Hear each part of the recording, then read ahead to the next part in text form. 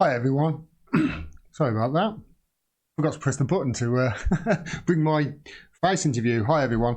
I just want to do a quick update because I did a video the other day on a suppressed OPCW report which came to light, and I said that if this report is genuine, then it's basically blown the whole doom and narrative out the water, the official narrative that the government is following. Remember, this is the Dimmack chemical attack which led to the trilateral bombing of Syria by France, UK and America last year. Based on very flimsy evidence, reporters like me or journalists like me, video YouTubers like me, whatever you want to call me, were screaming, saying this is wrong, this is dodgy, it's obviously not what it looks like here. It was filmed by the White Army, just look at the evidence. And we've been screaming about it ever since. This report came out a few days ago, which basically said that it was another report, a suppressed report, which wasn't actually referred to in the official version of events from the OPCW, and it's been given to the Working Group on Syria Propaganda and Media for them to distribute, and they have done. Now, we found out today that the OPCW have confirmed it is genuine, and they confirmed it is genuine by default almost to Peter Hitchens, who is one of the few journalists who has actually covered this correctly. There are not many, there really aren't, but he is one of them. He wrote this in his blog for the Mail on Sunday, Hitchens blog at mailonsunday.co.uk. He wrote this: a dissenting group of scientists and others recently published online what they say is a report prepared by an employee of the Organisation for the Prohibition of Chemical Weapons, or the OPCW. You can access the report here. It's also on my website as well. I linked to it in the other video. It strongly suggests that excuse me, supposed gas cylinders found in bombed buildings in Douma, Syria were not dropped by helicopters on those buildings. May I stress that I offer no other alternative explanation as to how they got there. I have no information on this. The condition of these cylinders was simply not consistent with the idea that they had been dropped from helicopters and that they had then pierced the roof of the building where they had found. But its findings do not seem to have taken into account the OPCW's final report on this event discussed here, and it links to another article. Now, I just want to go down to the bottom here because he goes through the data that this report found didn't corroborate, what the governments, the French government, the UK government and the State Department of America were saying, or the Americans were saying. But I just want to come down to the last bit here. I have received the following reply from the Organisation for the Prohibition of Chemical Weapons. Obviously, he asked them, is this genuine? And they replied this: the OPCW establishes facts surrounding allegations of the use of toxic chemicals for hostile purposes in the Syrian Arab Republic through the Fact-Finding Mission, or FFM, which was set up in 2014. The OPCW Technical Secretariat reaffirms that the FFM complies with established methodologies and practices to ensure the integrity of its findings. The FFM takes into account all available, relevant and reliable information and analysis within the scope of its mandate to determine its findings. So the OPCW there are confirming that they are above reproach. That's what they're saying. They're saying, listen, we are above reproach, but per standard practice, the FFM draws expertise from different divisions across the Technical Secretariat as needed. All information was taken into account, deliberated and weighted when formulating the final report, final report regarding the incident in Douma, Syrian Arab Republic on 7th of April 2018. On the 1st of March 2019, the OPCW issued its final report on this incident, signed by the Director General, which was 2 months ago.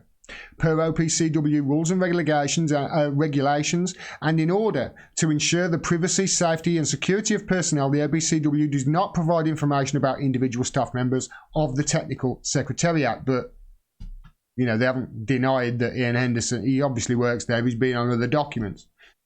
And this is the emphasis that Peter Hitchens has put on here. This is what confirms the document he's in fact genuine.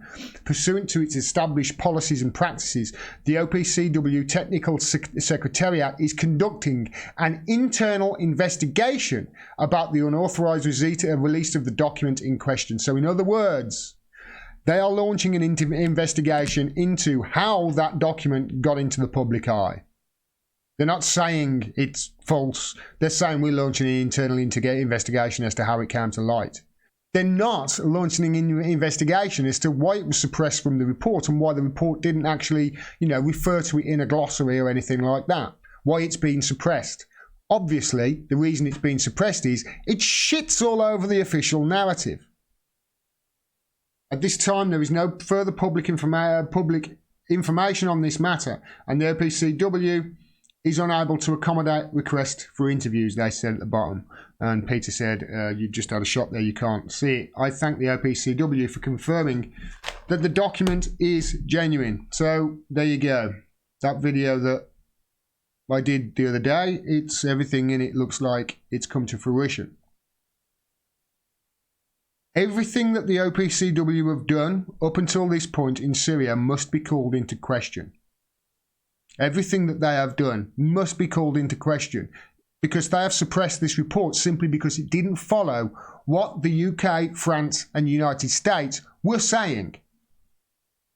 It was in opposition to what they were forcing was true, so it was quashed. Now, how it was quashed at the OPCW and whether they were put under any, whether any threats were made or they were put under any pressure to keep this report suppressed and so it didn't come out, I don't know. Or what I would like to say though is thanks very much to the working group of Syria Media and Propaganda. Or Syria Propaganda and Media, I can never get it the wrong way around. Thanks very much to them and thanks to whoever at the OPCW who leaked that information to them. Because otherwise we wouldn't have seen the light today and we would have forever been smeared as conspiracy theorists. Had they not done that, we probably still will. This also calls into question all of Theresa May's obviously evidence that she brought forward. Now, she said today that she's leaving at the beginning of June. What a surprise! She says that she's leaving, confirms her date of leaving the day that the OPCW confirmed that this suppressed report that pisses all over her narrative for bombing Douma and bombing Syria. Yeah, it pisses all over that. So she's confirmed that she's going at the beginning of June, although there were other reasons for that, no doubt. But it certainly brings into question all her evidence, doesn't it? It certainly brings into question of the white helmets, the people who were filmed that stunt, which is all it was. It was a stunt. I mean, it's no wonder the white helmets have won Oscars, is it? That was a stunt.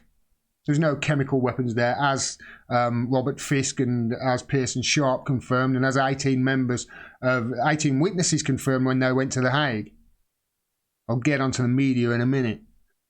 But it calls into question everything that Bellingcat have ever said. Because remember, it was Bellingcat, this non-governmental organisation with Elliot Twatface. I'm not even going to get his name right. Sorry, Elliot Twatface. That's what I'm going to call him from now on. With him there, calls into question all his findings, doesn't it? I notice he's eerily silent right now. Eerily.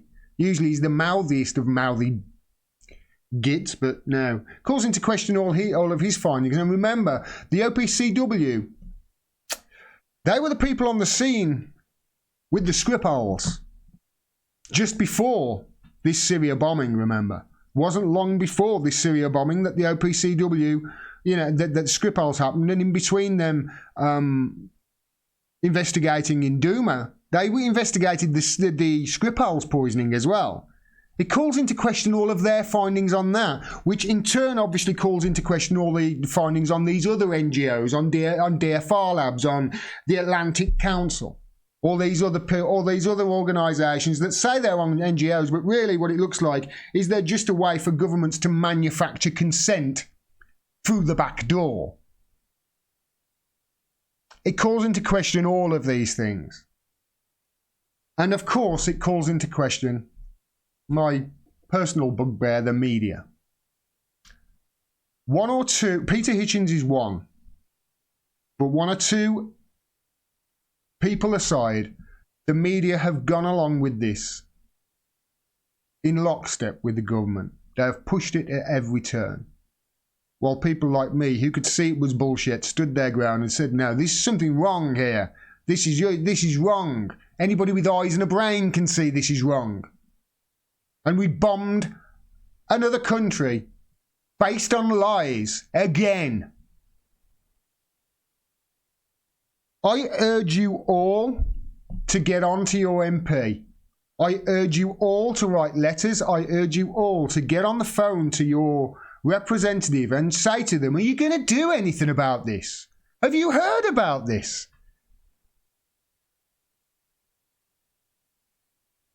We've got to do something. We've got to stop them just carrying on like this. It doesn't matter who's in power at the moment.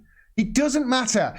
Tories, Labour, if the Lib Dems got in or if the Brexit Party got in, it would be the fucking same. The establishment would run it. We don't get a say. For us to get a say, we're going to have to take it back. Voting is not going to cut it. At least get onto your MPs and say, listen, if you don't start doing stuff about this, you're out on your ear. Maybe then they'll start actually doing what's in the best interests of the people rather than what's in the best interests of themselves or whatever person is taking them out to lunch that day, whatever lobbyist.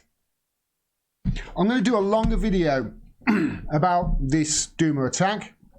I'm going to do a much longer video about it because it's something that I've been covering for a year in depth. It's something that's deep in my heart, that's really dear to my heart because I've took a lot of shit over this. I really have. And to be proven right and to be vilified, it feels pretty good. In fact, it feels that good. I'm going to give you one of these.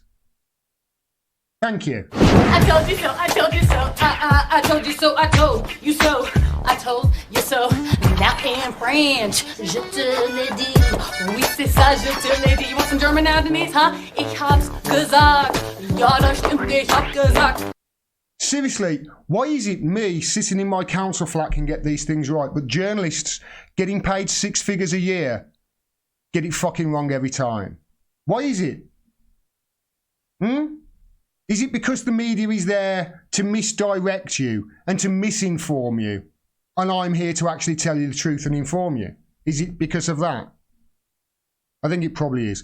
Like I say, I'm going to go on to do a more in-depth video about this next week. It's going to be next week now, and there's a reason for that. You'll find out then. Until next time, I want to say thank you to everybody who supported me and gave me support through this, because honestly, there are times with me where it seems like I'm going crazy because I'm the only one standing there and everybody around me is saying something different. So it's nice to be vilified on this. It really is. I want to say a big thank you to all the people out there who've been reporting on this the correct way. And there are not many of them. Peter Hitchens is one. He's totally wrong on weed and cannabis. Totally wrong. But he gets a pass. I'm not going to give him any criticism over that whatsoever, just because he's got this one thing right when just 99% of the other journalists out there were so wrong. Thanks very much for watching. Please make sure you're still subscribed. They unsubscribe people every day. They really do. Please make sure you've clicked the bell so you get a notification of when I drop further videos. And please support me with the links on the screen and below to my website. You can support me for as little as $1 a month, and every dollar helps. It really does. I think 40%, I found out the other day, 40% of all the money I get comes from individual donations of $1, $2, you know, I think it's less than $4, 40%. So I want to say thank you to you all. I can't do this without you. Support independent media, because yet again, independent media has been proven 100% right when the mainstream has been proven 100% wrong, and proven that they are just keep proving time and time again that they are nothing but public relations to the elite. This is why we need to support independent media. Thanks to everybody. Until next time. Peace. Take care, everyone. I'll be back probably in about half an hour with another story. Stay tuned.